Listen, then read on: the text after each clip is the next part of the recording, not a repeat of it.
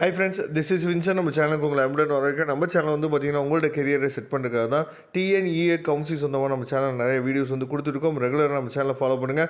மறக்காமல் உங்கள் ஃப்ரெண்ட்ஸுக்கும் மேக்ஸிமம் நம்ம சேனலை பற்றி சொல்லுங்கள். அது மட்டும் இல்லாமல் நம்ம சேனலோட வாட்ஸ்அப் குரூப்பில் கண்டிப்பாக ஜாயின் பண்ணிங்க. வாட்ஸ்அப் குரூப்போட லிங்க் வந்து டிஸ்கிரிப்ஷன் பாக்ஸில் இருக்குது.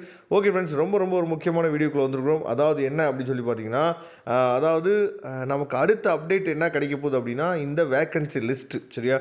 அப்போ இந்த வேக்கன்சி லிஸ்ட்டு நம்ம கையில் கிடைச்சோன்னே நாம் என்ன பண்ணணும், எப்படி வந்து நம்ம வந்து சாய்ஸ் லிஸ்ட் வந்து ரெடி பண்ண போகிறோம். நம்ம ஏற்கனவே வந்து பார்த்திங்கன்னா நிறைய வீடியோவில் நம்ம சொல்லிட்டோம். ரவுண்ட் 1ல் வந்து பார்த்திங்கன்னா நிறையா பசங்க இருக்கிறாங்க. ரவுண்ட் 2லேயே அதே மாதிரி ஏகப்பட்ட பசங்க இருக்கிறாங்க. அதே மாதிரி நீங்கள் ஒரு விஷயம் புரிஞ்சுக்க மாட்டீங்க, எந்த சேனலில் சொல்கிறாங்கன்னு தெரியல. அதாவது லாஸ்ட் இயரோட ரேங்க்கை நீங்கள் கம்பேர் பண்ணுங்கள், அதே மாதிரி பிஃபோர் அதுக்கு முன்னாடி இருக்கிற ரேங்க்கை நீங்கள் கம்பேர் பண்ணுங்கன்னு சொல்கிறாங்க. சரியா? ஆனால் லாஸ்ட் இயர் வந்து 1,97,000 சம்திங் பேர் தான் என்ன பார்த்தா கவுன்சிலிங்கில் கலந்துட்டாங்க. ஆனால் இந்த வருஷம் வந்து பார்த்தீங்கன்னா 2,39,000 சம்திங் வந்து கலந்துக்கிறாங்க. அப்போ 1,97,000 பேர் தான் லாஸ்ட் இயர் ரேங்க் வச்சு கம்பேர் பண்ண முடியும். அப்போ மீதி இருக்கவங்க வந்து எப்படி கம்பேர் பண்ண முடியும் அப்படிங்கிறத கொஞ்சம் நீங்கள் யோசித்து பார்க்கணும். சரியா? அப்போ அந்த கம்பேரிசன் வந்து அது வந்து தவிர்க்கப்பட வேண்டியது. சரியா? நீங்கள் அதை கம்பேரிசனை பார்த்துட்டு நீங்கள் பாசிட்டிவான ஒரு எனர்ஜி உங்களுக்கு கிடைச்சிச்சுன்னா பரவாயில்ல, ஆனால் நெகட்டிவான ஒரு தாட் வந்து உங்கள் மனசுக்குள்ளே உருவாகக்கூடாது. அப்போ நீங்கள் வந்து ஃபஸ்ட் ரவுண்டில் வந்திருக்கீங்க அப்படின்னா, இப்போ இந்த மாதிரி என்னாச்சு பார்த்தா இது வந்து லாஸ்ட் இயரோட வேக்கன்சி லிஸ்ட். அதாவது இந்த மாதிரி தான் நமக்கு வந்து வேக்கன்சி லிஸ்ட் வந்து கொடுப்பாங்க. General academic seat matrix before special reservation counselling சொல்லி நமக்கு என்னாச்சு பார்த்தீங்கன்னா இந்த மாதிரி தான் கொடுப்பாங்க. சரியா? அப்போ நீங்கள் என்ன தெரிஞ்சு வச்சுக்கணும் அப்படின்னா, நான் எந்த காலேஜில் நான் போகணுமோ அந்த காலேஜோட கவுன்சிலிங் கோடு. சரியா? ஏன் கவுன்சிலிங் கோடு ரொம்ப முக்கியம் அப்படின்னா, இப்போ இந்த பிடிஎஃப் ஃபைலில் 315 பேஜ் இருக்குது. இந்த 315 பேஜில் உங்களுக்கு தேவையான காலேஜஸை எப்படி நீங்கள் தேடி கண்டுபிடிக்கிறது, அதுதான் ரொம்ப முக்கியமானது. சரியா?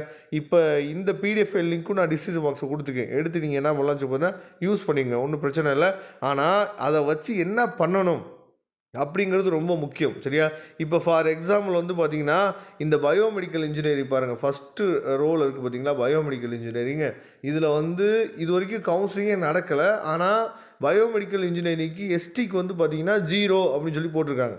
அப்போ சிஇஜி கேம்பஸில் எஸ்டி கம்யூனிட்டியில் வர பசங்க வந்து இங்கே வந்து பயோமெடிக்கல் இன்ஜினியரிங்கை கொடுக்க முடியாதா, சாய்ஸ் ஃபில்லிங், ஏன்னா 0ன்னு போட்டிருக்காங்களா, அப்போ சாய்ஸ் ஃபில்லிங்கில் கொடுக்க முடியாதான்னு சொல்லி கேட்டால் கொடுக்கலாம். ஏன் கொடுக்கலாம் அப்படின்னா, ஓசியில் 17 சீட் இருக்குது. இந்த ஓசியில் 17 சீட் இருக்குது பார்த்தீங்களா, இதுக்கு தான் ஃபஸ்ட்டு காம்படிஷன் நமக்கு என்னாச்சு பார்த்தீங்கன்னா நடக்கும். சரியா? அப்போ ஓசி ஃபுல்லாகவே ஓப்பன் காம்படிஷன் நம்ம சொல்லும் போது என்னாச்சு பார்த்தீங்கன்னா, அதில் BC, BCM, MBC, SC, SCA இது எல்லாத்துலேயுமே நமக்கு வந்து இருக்கக்கூடிய ஹையஸ்ட் கேட்டகரி, ஹையஸ்ட் மார்க் இருக்குது பார்த்தீங்களா, அவங்க எல்லா பேருமே இந்த 17 பேர்த்துக்குமே பார்ட்டிசிபேட் பண்ணுவாங்க. அப்போ எஸ்டி கம்யூனிட்டியும் என்ன பண்ணலாம்னு பார்த்தீங்கன்னா 17 பேருக்குள்ளே நீங்கள் வந்தீங்க அப்படின்னா இந்த பயோமெடிக்கல் இன்ஜினியரிங்கும் நீங்கள் கொடுக்க முடியும் உங்களால். சரியா? அதனால் வேக்கன்சி லிஸ்ட்டில் 0 அப்படின்னு சொல்லி எங்கேயாவது இருந்துச்சு அப்படின்னா, நம்ம அப்போ அந்த காலேஜில் அந்த கோர்ஸ் வந்து நம்ம கொடுக்க முடியாது போல் அப்படின்னு நீங்கள் நினைக்கக்கூடாது.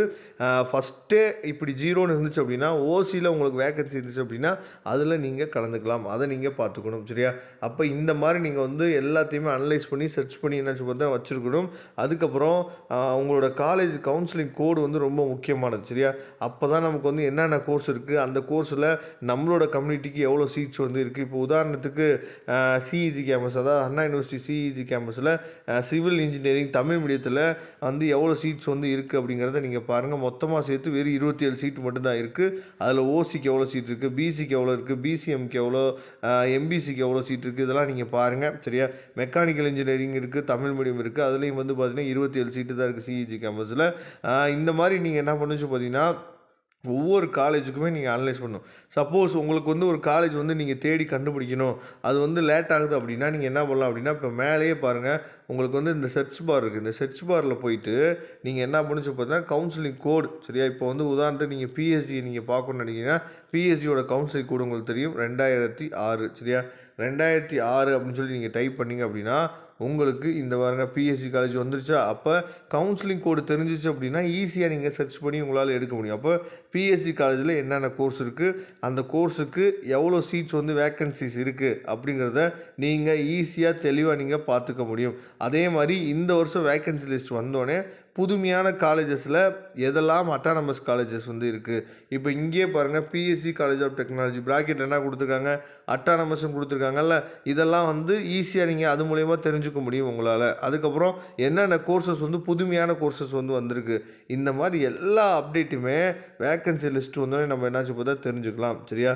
அதனால் இது வந்து லாஸ்ட் இயரோட வேக்கன்சி லிஸ்ட்டு. இந்த லாஸ்ட் இயர் வேக்கன்சி லிஸ்ட்டை வந்து நான் என்ன பண்ணுறேன், பிடிஎஃப் லிங்க்கு நான் டிஸ்கிரிப்ஷன் பாக்ஸில் கொடுத்துருக்கேன், எடுத்து யூஸ் பண்ணிங்க.